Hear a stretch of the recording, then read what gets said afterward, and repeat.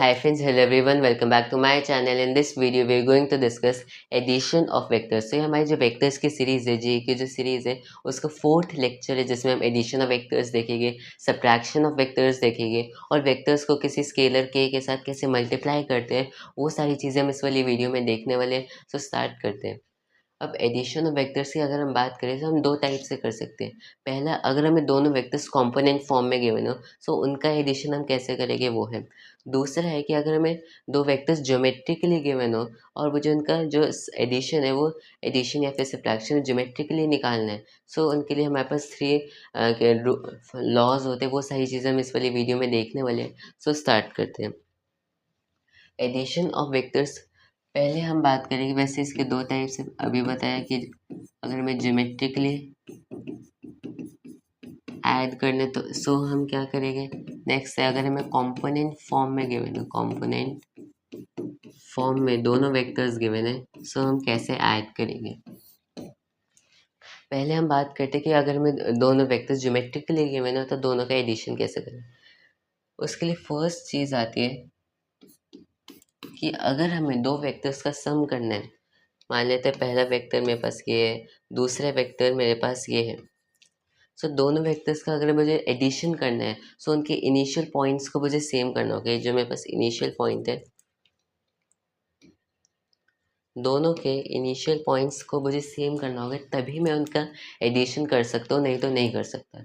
से है कि एडिशन ऑफ वेक्टर्स के लिए हमारे पास एक एसेंशियल कंडीशन है कि मेरे पास दो वेक्टर्स गिवन है. मान लेते हैं वेक्टर ए है, ये मेरे पास वेक्टर बी है. दोनों का एडिशन तभी हम कर सकते हैं जब दोनों का इनिशियल पॉइंट सेम हो. सो ये एक इम्पॉर्टेंट चीज़ है. अब बात करते हैं, हमारे पास थ्री लॉज होते हैं एडिशन के. पहला है ट्रायंगुलर लॉ ऑफ एडिशन, दूसरा है पैरेललोग्राम लॉ ऑफ एडिशन, तीसरा है पॉलीगॉन लॉ ऑफ एडिशन.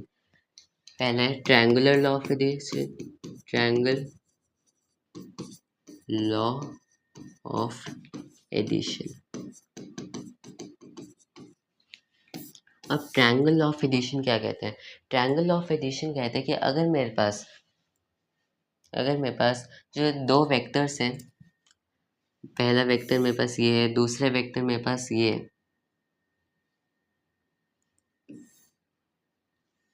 अगर ये मेरे पास दो वेक्टर्स हैं तो फिर मैं मान लेता हूँ मेरे पास एक हो गया वेक्टर ए, दूसरा है वेक्टर बी. मेरे पास दो वेक्टर्स हैं, पहला है वेक्टर ए, दूसरा है वेक्टर बी. इस तरह से कि इसका जो टर्मिनल पॉइंट और इसका जो इनिशियल पॉइंट है दोनों मीट कर रहे हैं, तो फिर उनका एडिशन क्या होगा. ट्रायंगल ऑफ एडिशन कहते हैं मेरे पास दो वेक्टर्स थे, अगर मैं इस वेक्टर को यहाँ से ज्वाइन करके इस वेक्टर को यहाँ से ज्वाइन करिए एक तीसरा वेक्टर बना दूँ, मतलब इस ट्रायंगल को कंप्लीट कर दूँ एक और वेक्टर लगा के, सो मेरे पास जो तीसरा वेक्टर आएगा वेक्टर सी, ये असल में vector A plus vector B ही है. Vector A plus vector B मतलब कि हमें क्या करना है, दो वेक्टर्स हमें गिवन है वेक्टर ए और वेक्टर बी, इस तरह से कि इसका टर्मिनल पॉइंट और इसके इनिशियल पॉइंट मीट कर रहे हैं.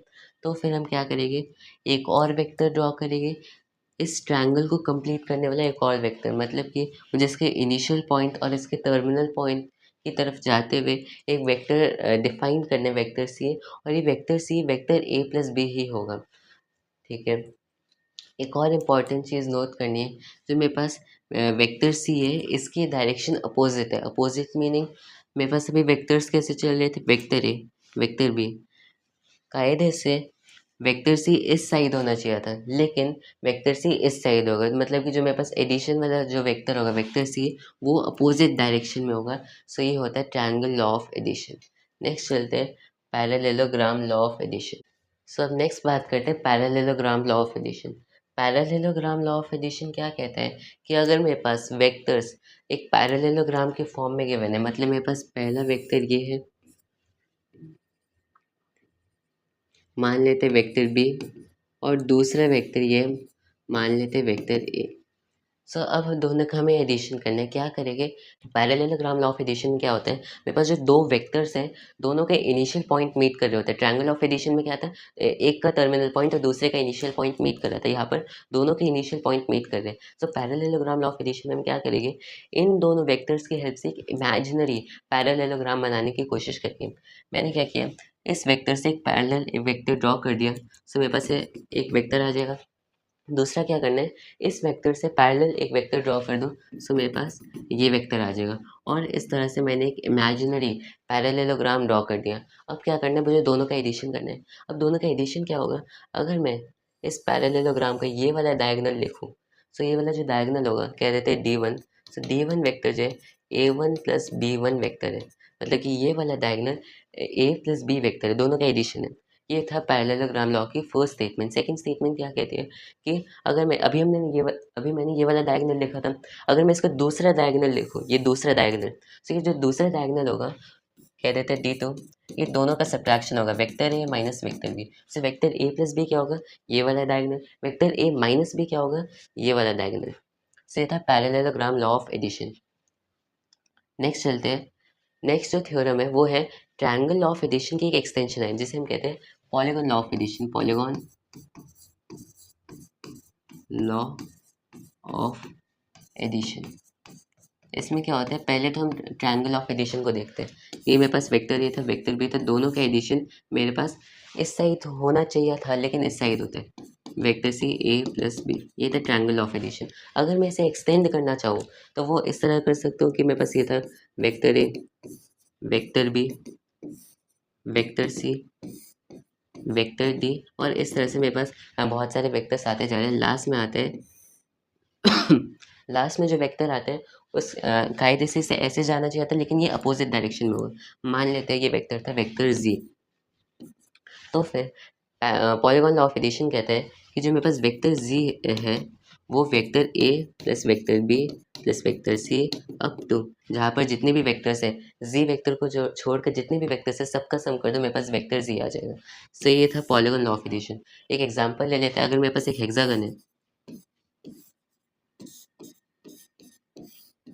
अगर ये मेरे पास एक हेक्सागन है जो लास्ट वाले इसका साइड है वो अपोजिट है, सो इस हेक्सागन में क्या होगा कि ये वाला जो वेक्टर होगा वो इन सारे वेक्टर्स का सम होगा। सो ये होता है पॉलीगॉन लॉ ऑफ एडिशन। अब कुछ इंपॉर्टेंट चीज़ देखते हैं, वो क्या है। अब जो मैं चीज़ बता रहा हूँ उस पर पॉलीगॉन लॉ ऑफ एडिशन और ट्रायंगल ऑफ एडिशन दोनों बेस्ड है। वो क्या कहता है कि अगर मेरे पास एक ट्रायंगल है, ये मेरे पास एक ट्रायंगल था इस तरह से, vector A, vector B, vector C. तो फिर अगर ये एक ट्रायंगल है तो vector A plus vector B plus vector C ये हमेशा ज़ीरो होगा। अब अभी मैंने क्या बोला था कि ट्रायंगल ऑफ एडिशन कहते हैं कि C vector is equals to A plus B vector, लेकिन अब ये ऐसे क्यों हो गए, ये ऐसे इसलिए हुआ क्योंकि जो ट्रायंगल ऑफ एडिशन था उसमें ये वाला वेक्टर अपोजिट था, लेकिन जो मैं अभी थ्योरम बता रहा हूँ इसमें इसकी डायरेक्शन इस साइड है। मैं इस थ्योरम से ट्रायंगल ऑफ एडिशन निकाल सकता हूँ। कैसे, सी वेक्टर को दूसरी साइड ले जाओ, A vector plus B vector is equal to minus C vector. Minus C vector मतलब इस वेक्टर की मैंने डायरेक्शन अपोजिट कर दी। सो बस मेरे पास ये थ्योरम आ गई। इसी चीज़ को मैं एक्सटेंड कर सकता हूँ पॉलीगॉन्स के लिए। अगर मेरे पास ये A1 है vector plus A2 vector plus A3 vector up to मेरे पास n साइड पॉलीगॉन था, सो एन वेक्टर, सो इन सब का सम ज़ीरो होगा। सो मैंने एक इंपॉर्टेंट चीज़ आपको बता दी। नेक्स्ट कुछ नहीं रह गया है। मैंने आपको सारे एडिशन और वेक्टर ज्योमेट्रिकली कैसे करते हैं वो बता दिया। एक इंपॉर्टेंट चीज़ थी कि दोनों के इनिशियल पॉइंट सेम होने चाहिए। Next triangle of addition, polygon law of addition और पैरेललोग्राम लॉ ऑफ एडिशन, और एक इंपॉर्टेंट थ्योरम। नेक्स्ट बात करते हैं कि कंपोनेंट फॉर्म में एडिशन ऑफ वेक्टर्स कैसे किया जाता है। कंपोनेंट फॉर्म में एडिशन ऑफ वेक्टर्स कैसे किया जाता है। मैं मान लेता हूँ मेरे पास जो वेक्टर ए था वो है मेरे पास A1 I cap plus A2 J cap plus A3 K cap. B vector है मेरे पास B1 I cap plus B2 J cap plus B3 K cap. मुझे दोनों का एडिशन करना है, vector A plus vector B करना है। सो हम क्या करेंगे, हमें कुछ नहीं करना, बस आई कैप के जो कंपोनेंट्स हैं उनका सम कर दो, जे कैप के कंपोनेंट्स का सम कर दो और के कैप के कंपोनेंट्स का सम कर दो। सो मेरे पास जो सम आएगा A plus B I cap plus A2 plus B2 J cap plus A3 plus B3 K cap, ये मेरे पास आ जाएगा दोनों वेक्टर्स का सम। सो मैंने आपको बता दिया कि कंपोनेंट फॉर्म में वेक्टर्स का सम कैसे करते हैं और ज्योमेट्रिकली भी आपको बता दिया। एक और इम्पॉर्टेंट थ्योरम है कि अगर मेरे पास दो वेक्टर्स गिवन है, वेक्टर बी और ये मेरे पास था वेक्टर ए, ये था वेक्टर बी, मेरे पास वेक्टर ए। अब मुझे बोला गया कि दोनों का एक्सटीरियर एंगल बाइसेक्टर और इंटीरियर एंगल बाइसेक्टर बताओ। सो हमें क्या फाइंड आउट करना है, interior angle bisector find out करना है और exterior angle bisector find out करना है। इसमें हम क्या यूज़ करेंगे, एक तो रोम्बस की एक प्रॉपर्टी यूज़ करेंगे और दूसरा पैरेललोग्राम लॉ ऑफ एडिशन। कैसे, एक इंपॉर्टेंट चीज़ है, रोम्बस की प्रॉपर्टी होती है कि अगर मैं रोम्बस के डायगोनल्स देखूँ, सो डायगोनल्स जो है एंगल बाइसेक्टर होते हैं। So diagonals of rhombus are also interior angle bisector. से जो डायगोनल्स होते हैं रोम्बस के, वो एक इंटीरियर एंगल बाइसेक्टर भी होते हैं। अब मैं इस प्रॉपर्टी को यहाँ पर पैरेललोग्राम लॉ ऑफ एडिशन के साथ क्लब करके कैसे यूज़ कर सकता हूँ? मैं क्या कहता हूँ, मुझे अगर मैं parallelogram law of addition direct लगाता हूँ तो मुझे पैरेललोग्राम मिलेगा, लेकिन मुझे रोम्बस चाहिए, तो मैं क्या करूँगा, मैं यूनिट वेक्टर डिफाइन करूँगा। सो मैंने यहाँ बी के अलॉन्ग एक यूनिट वेक्टर किया बी कैप। इसी तरह मैंने ए के अलॉन्ग एक यूनिट वेक्टर निकाला ए कैप, बी के अलॉन्ग एक यूनिट वेक्टर, ए के अलॉन्ग एक यूनिट वेक्टर। सो जो मेरे पास दोनों का इंटीरियर एंगल बाइसेक्टर होगा वो ये होगा vector unit vector A plus unit vector B.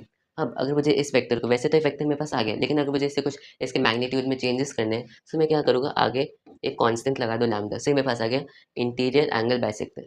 Similarly मैं एक्सटीरियर एंगल बाइसेक्टर इस तरह से करूँगा कि म्यू टाइम्स दोनों का डिफरेंस। से मैंने आपको एक इंपॉर्टेंट थ्योरम बता दी। अब चलते हैं सब्ट्रैक्शन ऑफ वेक्टर्स पे। वेक्टर्स का सब्ट्रैक्शन कैसे किया जाता है? अब वेक्टर्स का सब्ट्रैक्शन वैसे तो डिफाइन नहीं है कि मैं vector A minus vector B लिख सकूं, लेकिन हम ऐसे सब्ट्रैक्शन नहीं करते। हम मान लेते हैं कि जो सब्ट्रैक्शन है मैं वो इस टाइप से कर रहा हूँ कि vector A plus negative of vector B. So मैं सब्ट्रैक्शन वैसे डिफाइन नहीं है, लेकिन मैंने उसे इस तरह से लिख दिया कि मेरे पास ए माइनस बी का मीनिंग ये है। अब अगर मैं ए माइनस बी का मीनिंग ये निकाल रहा हूँ, तो ज्योमेट्रिकली दोनों का सब्ट्रैक्शन क्या होगा वो देखते हैं। ये मेरे पास था वेक्टर ए वेक्टर बी, क्या करना है, ए प्लस नेगेटिव ऑफ बी, मतलब नेगेटिव ऑफ बी कंस्ट्रक्ट करना होगा। मैंने बी का नेगेटिव अगर कंस्ट्रक्ट करता हूँ, उससे मेरे पास आ गया नेगेटिव ऑफ बी वेक्टर। अब मुझे क्या करना है, दोनों वेक्टर्स को सम कर दो। पैरेललोग्राम लॉ ऑफ एडिशन कहता है कि दोनों वेक्टर्स का सम ये आएगा, और ये मेरे पास आ गया vector A minus vector B, मतलब vector A plus negative of vector B. So इस तरह से डिफरेंस मतलब सब्ट्रैक्शन ऑफ वेक्टर्स डिफाइंड है। अब बात करते हैं कि कॉम्पोनेंट फॉर्म में सब्ट्रैक्शन ऑफ वेक्टर्स कैसे करेंगे। कॉम्पोनेंट फॉर्म में एक काम करते हैं, यहाँ पर तो कॉम्पोनेंट फॉर्म में एडिशन, सिमिलरली यहाँ पे सब्ट्रैक्शन डिफाइन करते हैं। कॉम्पोनेंट फॉर्म में अगर मुझे सब्ट्रैक्शन करना है तो क्या करेंगे, मुझे क्या करना है, आई कैप के जो कॉम्पोनेंट्स है सबका सब्ट्रैक्शन कर दो, जे कैप के कॉम्पोनेंट्स का सब्ट्रैक्शन कर दो, के कैप के अगर मैं कॉम्पोनेंट्स का सब्ट्रैक्शन कर देता हूँ तो मेरे पास ये आ जाएगा। तो मेरे पास A one minus B one I cap, A two minus B two J cap, plus A three minus B three K cap. So इस तरह से हम करते हैं कंपोनेंट फॉर्म में सब्ट्रैक्शन ऑफ वेक्टर्स। सो यहाँ पर हमारा सब्ट्रैक्शन ऑफ वेक्टर्स और addition of vectors topic complete होता है।